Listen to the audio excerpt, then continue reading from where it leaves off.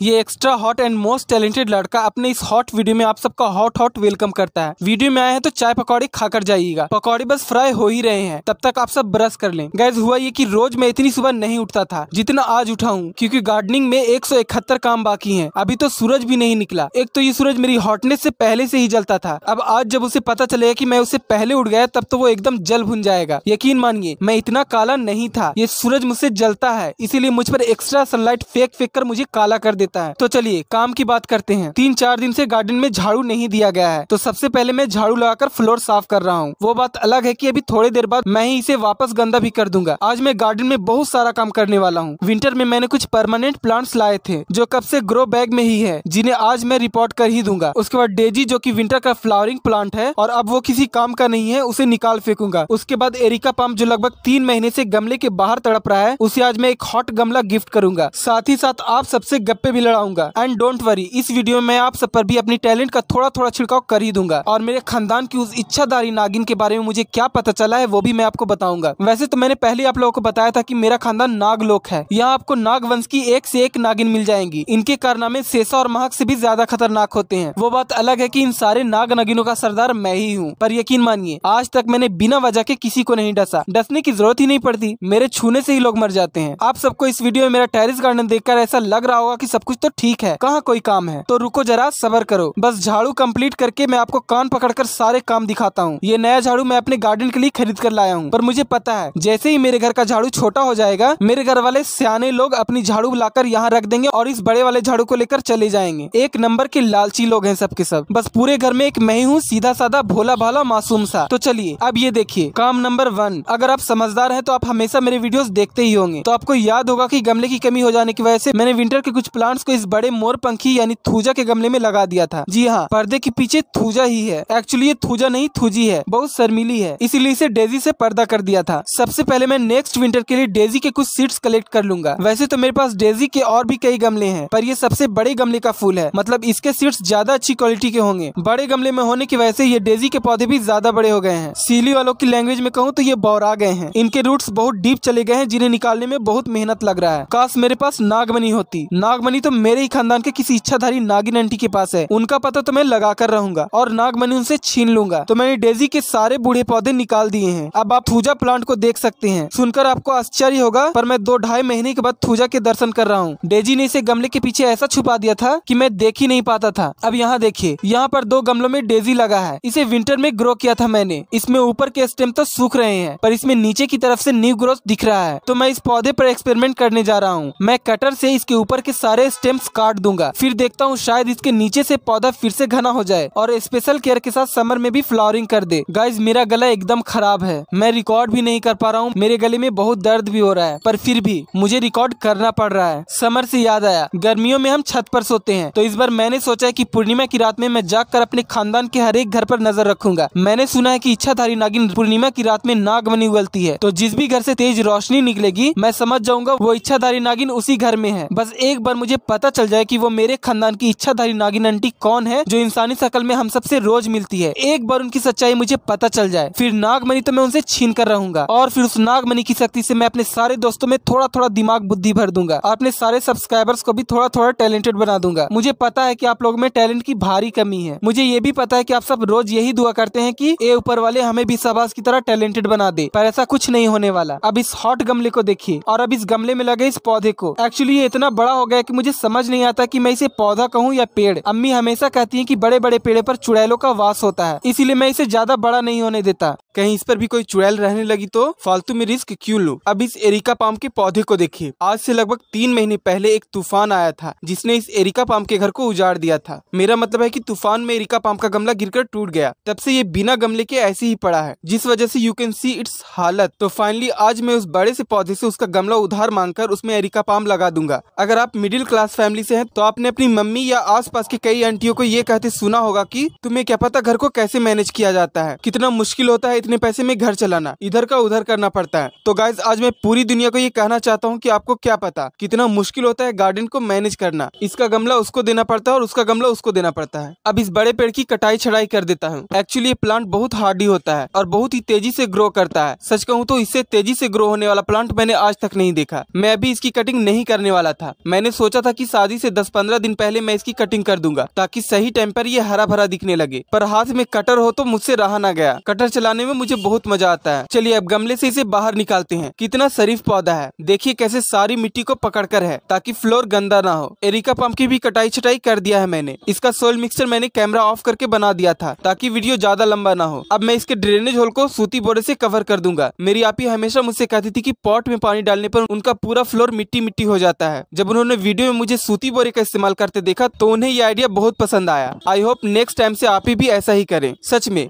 ये ट्रिक वाकई इफेक्टिव है। मैंने देखा सूती बोरा बिल्कुल भी मिट्टी बाहर नहीं आने देता है, और तो और मैंने ये भी नोटिस किया है कि इससे पानी भी जल्द से जल्द ड्रेन आउट हो जाती है, which is best for plant. अब ये था डेजी का प्लांट वेस्ट जिसे मैंने थोड़ी देर पहले काटा था, तो इसे मैं गमले के बॉटम में डाल दे रहा हूँ। जल्द ही ये डिकम्पोज होकर खाद बन जाएगा। उसके बाद इसमें थोड़ा लहसुन प्याज का छिलका भी डाल दे रहा हूँ। ये मैं हमेशा करता हूँ। अब मैं एरिका पाम की जड़ों से इसकी पुरानी मिट्टी निकाल रहा हूँ। पुराने से याद आया, 100 साल की उम्र के बाद ही कोई नागिन इच्छाधारी हो सकती है। इसका मतलब कि मेरे खानदान में उस इच्छाधारी नागिन आंटी की उम्र 100 साल से भी ज्यादा है। पर ऐसा कैसे हो सकता है? मेरे खानदान की सारी आंटियों का तो यही कहना है कि 16 साल की उम्र में उनकी शादी हो गई थी और 10-12 बच्चे होने के बाद भी उनकी उम्र अभी तक 21-22 साल की ही है। हद तो तब हो गई जब एक आंटी ने उससे ये कहा कि वो अपनी बेटी से सिर्फ 2 साल की बड़ी है। अब चाहे जो हो जाए, मेरे खानदान की उस इच्छाधारी आंटी का सच जानना ही मेरी जिंदगी का आखिरी मकसद है। शक तो मुझे उन चारों पर है, पर बिना सबूत के मैं कुछ नहीं कर सकता। पूर्णिमा की रात का इंतजार कर रहा हूँ। वो नागिन आंटी अब मेरी नजरों से बच नहीं पाएंगी, इसीलिए तो मैंने 3rd फ्लोर को और ऊंचा बनवाया है। यहीं से मैं अपने खानदान के हर एक घर पर नजर रखूंगा। तो चलिए अब हम इस गमले में सोइल मिक्सर डालते हैं। सोइल मिक्सर में मैंने लिया है थोड़ी मिट्टी, थोड़ा गोबर, थोड़ी रेत और थोड़ा सा राख। अगर आपके पास कुछ भी नहीं है तो आप इसे सिर्फ मिट्टी में भी लगा सकते हैं। शायद मैंने इसे रिपोर्ट करने में देर कर दिया है। शादी में सिर्फ 30-40 दिन ही बचे हैं। इतने दिनों में ये क्या ही ग्रो हो पाएगा। इस बीच में अगर मैं नर्सरी गया तो मैं एरिका पाम भी ले ही लूंगा। पर सच पूछो तो नर्सरी क्या, मेरे पास तो टॉयलेट जाने तक का भी टाइम नहीं होता। एक्चुअली किसी वजह से शादी का डेट गलत ही टाइम पर फिक्स हो गया है। पर अब क्या, जो है जैसा है वैसे में ही सब कुछ हैंडल करना है। गमले में मिट्टी अच्छे से बिठाने के बाद उसमें अच्छे से भरपूर पानी डालकर इसे शेड में रखूंगा। व्हाइट पेंट करने का एक और नुकसान ये भी होता है कि गमले में मिट्टी का दाग बहुत लगता है, पर उससे क्या, पॉटी जाने के डर से लोग खाना थोड़ी छोड़ देते हैं। एक बार गार्डनिंग का सारा काम कंप्लीट हो जाए फिर मैं गार्डनिंग के सारे कामों को हफ्ते के 7 दिनों में डिवाइड कर दूंगा, जिसमें से एक दिन गमलों की साफ सफाई का होगा। पर पता नहीं गार्डनिंग का सारा काम कंप्लीट होने का मेरा ये सपना कभी पूरा होगा भी या नहीं। अब इसे देखिए, सूरज भाई सबको ये अभी उठ रहे हैं। क्यों बे, तुम्हारे घर में माँ बाप नहीं है?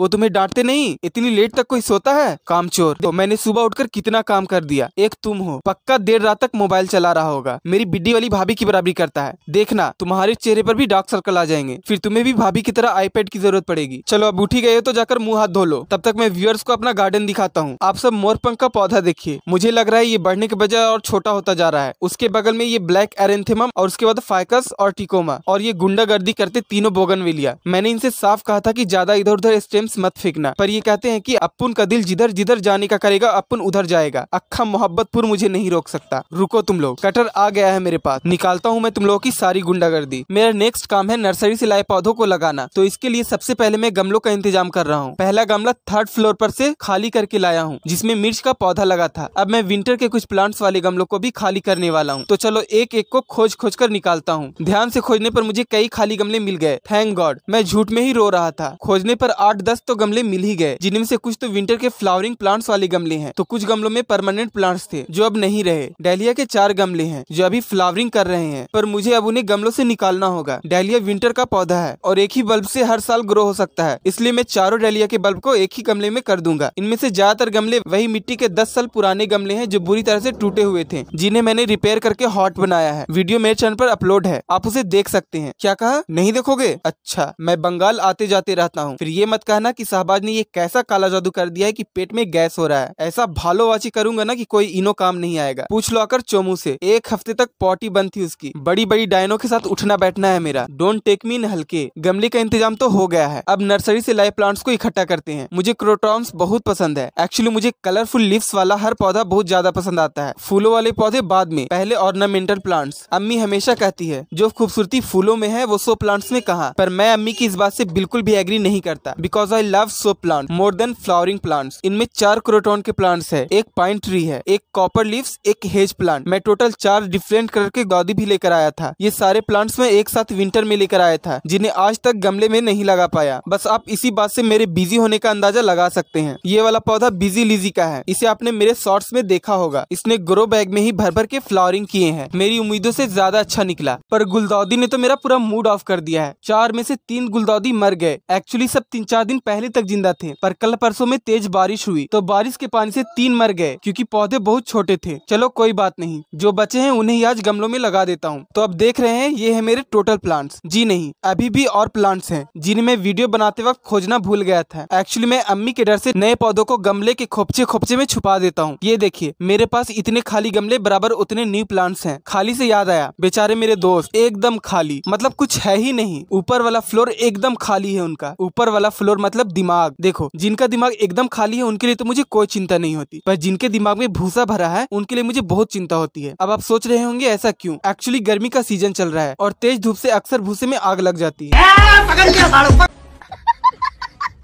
हेज प्लांट को मैंने रिपोर्ट कर दिया, पर आप लोगों ने तो देखा ही नहीं। कहाँ है ध्यान आप लोगों का? कहाँ से देखेंगे? वीडियो पर ध्यान रहे तब तो। कहाँ खोए रहते हैं आप लोग? एक्चुअली इस प्लांट को रिपोर्ट करते वक्त मैं कैमरा ऑन करना भूल गया। वाटरिंग करके मैं इसे यहाँ रख दे रहा हूँ। नेक्स्ट है पाइन ट्री। इसे मैंने बहुत पहले किसी ऑनलाइन सेलर के पास देखा था। वो इसे 300 से 400 रुपए में बेच रहा था, तो मैंने नहीं खरीदा था, पर मैं तब से इसे खोज रहा था। इस बार जब मैंने इसे पहली बार नर्सरी में देखा तो मैं खुशी से झूम उठा। सबसे पहले मैंने इसे ही उठाया। ये शायद मुझे 80 या 90 रुपए का मिला था। ये बहुत हार्डी होता है। ये पहाड़ी इलाके का पौधा है, इसलिए हार्डी होता है। ठीक उसी तरह पहाड़ी इलाके के लोग भी ढीठ होते हैं। सीली नाम का जो गांव है जहां मेरे फ्रेंड्स रहते हैं वो भी पहाड़ी इलाका ही है, तभी तो सब के सब ढीठ लतखोर थित्थर टाइप हैं एकदम। जैसा कि मैंने आपको पहले बताया है कि पाइन ट्री पहाड़ी इलाके का पौधा है और पहाड़ी इलाके की मिट्टी कंकड़ पत्थर वाली होती है, तो मैं इसका सोइल मिक्सचर वैसा ही बनाने वाला हूँ। इस प्लास्टिक के गमले में कंकड़ पत्थर वाला सोइल मिक्सचर ही था, जिसे मैंने पिछले साल सैकुलेंट्स के लिए बनाया था। पर सैकुलेंट्स मेरे गार्डन में, या ये कहूँ कि इस इलाके के टेम्परेचर में ग्रो नहीं हो पाए। सारे लग गए थे, पर जैसे ही समर सीजन आया एक एक करके सब निकल लिए। मैंने ग्रो बैग से पाइन ट्री को निकाले बिना ही गमले को अपने हिसाब से बनाए गए सोइल मिक्सचर से भर दिया था। पर ग्रो बैग खोलने के बाद मैंने जो देखा, आई एम शॉक्ड। पूरा का पूरा पाइन ट्री सिर्फ और सिर्फ रेत में लगाया हुआ है। मेरा मतलब है कि नर्सरी वालों ने इसे रेत में ग्रो किया है। तो अब मैं फिर से इसका सोइल मिक्सचर बनाऊंगा जिसमें 50 to 70% रेत होगा। फॉर्चुनेटली प्लास्टर से बचा हुआ रेत है मेरे पास, जिसे मैंने गमला बनाने के लिए रखा था। जब मैं पाइन ट्री खरीद कर लाया था तो ये एकदम हार्डी था, पर कुछ दिनों बाद लगभग इसके सारे स्टेम सूख गए। मैं तो इसके श्राद्ध की तैयारियां भी करने लगा था कि कुछ दिनों बाद ये वापस पुनर्जीवित हो गया। ठीक वैसे ही जैसे टीवी सीरियल में हीरो या हीरोइन मरने के बाद बार बार जिंदा होकर वापस आ जाते हैं। और ठीक हीरो की वापसी उसी दिन होगी जिस दिन दुल्हन की दूसरी शादी हो रही होती है, और फिर ये ढोलक बजना शुरू, धूम तनाना धूम तनाना। चलो टीवी सीरियल का तो फिर भी थोड़ा समझ में आता है, पर ये साउथ की मूवी का क्या? मतलब साउथ की मूवी में तो इनका लेवल ही एक्स्ट्रा एडवांस होता है। हीरो को 12 गोली लगी है, विलन ने हीरे के बम को गोलियों से छन्नी कर दिया है, फिर भी हीरो उड़ उड़ कर मार रहा है। और मूवीज के नाम क्या होंगे? जीने नहीं दूंगा, गोली मार दूंगा, टॉयलेट जाने नहीं दूंगा। क्या है यार। और तो और साउथ की मूवी में एक चीज और नोटिस करना आप सब, हीरोइन का बाप कल्लू, हीरोइन की माँ भी कल्लू, फिर भी हीरोइन एकदम गोरी रहेगी। इसलिए मैं साउथ की मूवी को फेक फाक मूवी कहता हूँ, और साउथ की मूवी देखने वाले को फेकू, और सिवली वाले साउथ की मूवी देखने में एक्सपर्ट हैं। एनीवे, पाइन ट्री के जितने भी स्टेम्स पत्तियां सूखी हुई थी मैंने सबको साफ सुथरा कर दिया। मैं बहुत एक्साइटेड हूँ इस पौधे की ग्रोथ को देखने के लिए। आई होप शादी तक ये थोड़ा अच्छा हो जाए। मैं आप लोगों को सजेस्ट करना चाहूंगा कि अगर आपको कभी भी कहीं भी पाइन ट्री दिखे तो इसे जरूर खरीदना। ये मरने वाला पौधा नहीं है। माना कि ये टीवी सीरियल की बहू की तरह लंबे लंबे डायलॉग्स नहीं मारता, पर मरकर वापस लौटने में ये उनसे भी आगे है। जैसा कि आप देख सकते हैं कि इस प्लांट में पत्ते है ही नहीं, इसमें पत्ते की जगह कांटे जैसा कुछ है, पर ये कांटा नहीं है, ये एकदम सॉफ्ट है। तो चलो, पाइन ट्री का घर तो मैंने बसा दिया। अब नेक्स्ट है ये स्पाइडर प्लांट। इसके लिए मैं छोटे गमले का इस्तेमाल करने वाला हूँ। वैसे तो ये प्लांट भी आसानी से मरने वाला नहीं होता है, पर पता नहीं क्यों ये मुझे बहुत एटीट्यूड दिखाता है। पिछले 1.5-2 सालों में मैं इसे 3-4 बार खरीद कर ला चुका हूँ, पर ये बार बार सुसाइड कर लेता है। एक बात मैंने नोटिस किया है, स्पाइडर प्लांट को इसके गमले में पानी रुकना बिल्कुल भी पसंद नहीं है, इसीलिए मैं इसे वही रेत वाले सॉइल मिक्सचर में लगाने वाला हूँ। और इसके रूट्स में इन्फेक्शन भी बहुत जल्दी हो जाता है, इसीलिए मैं इसमें फंगीसाइड वाटर डालता रहूंगा। समर सीजन आ गया है, अभी सूरज भाई साहब के ड्रामे देखना। विंटर में हम इसे खोजते थे ताकि धूप सेक सके, अब समर सीजन में ये हमें खोज खोज कर सेकेगा। आप सबको पता नहीं, पर सूरज की खास दुश्मनी है मुझसे। ये बस इंतजार में रहता है कि कब मैं छत पर आऊं और ये मुझे सेक सेक देखकर काला कर दे। मेरा टैलेंट इसे देखा नहीं जाता। अगर मैं इससे ज्यादा हॉट हूँ तो इसमें मेरी क्या गलती। ये तो मेरी खूबसूरती का इतना बड़ा दुश्मन है कि अगर मैं रात में छत पर आऊँ तो ये उस वक्त भी आसमान में निकल आता है। अब तो इस पर मुझे देखकर यूट्यूब चैनल बनाने का भी बुखार चढ़ा है। कह रहा था कि गार्डनिंग वीडियोस बनाऊंगा और तुमसे ज्यादा तेजी से ग्रो करूंगा। चैनल का नाम होगा सनबाग। मैंने कहा ठीक है भाई, बना ले तू भी, दोनों में टक्कर चलेगा। कोई समझा दो इसे, मेरे जितना टैलेंटेड बनना इसके बस की बात नहीं, पर आप सबके बस की बात है। आप सब मेहनत करते रहिए, एक दिन कामयाबी जरूर मिलेगी। चलिए, स्पाइडर प्लांट का भी घर बसा दिया मैंने। अब इस ड्रेसिना फ्रेग्रेंस की बारी है। अब मैं बार बार ड्रेसिना फ्रेग्रेंस नहीं बोलूंगा, इसका नाम मैं दारू रख रहा हूँ। ये भी एक सन लविंग हार्डी प्लांट होता है। इसे मैंने फर्स्ट टाइम एक हॉस्पिटल में देखा था। इसकी हाइट काफी ऊंची जाती है। आज से मेरे टेरेस गार्डन में इसका सफर शुरू होता है। इस गमले में जो मिट्टी है वो पूरी तरह से किचन वेस्ट से बना हुआ है। इसमें मैं और मिट्टी मिक्स कर दे रहा हूँ। कुल मिलाकर मिट्टी एकदम जिंगा लाला है। तो गाइस, सुबह उठकर मैंने इतना ही शूट किया कि मोबाइल ने अपनी औकात दिखा। 10 बार नोटिफिकेशन भेज चुका है। बार बार कह रहा है जल्दी करो, मुझे भूख लगी है, इलेक्ट्रिक बिरयानी खानी है इसे। तो गाइस, ये वीडियो तो कंप्लीट हो नहीं पाया। इसका दूसरा पार्ट जल्द ही अपलोड होगा। और सॉरी, जिन पकौड़ों को मैं आपको खिलाने के लिए फ्राई करने पैन पर चढ़ाकर आया था वो जल गए। So sorry. नेक्स्ट टाइम मैं आप लोगों के लिए पिज्जा बनाऊंगा। वीडियो को लास्ट तक देखने के लिए दिल से शुक्रिया। Thank you for watching.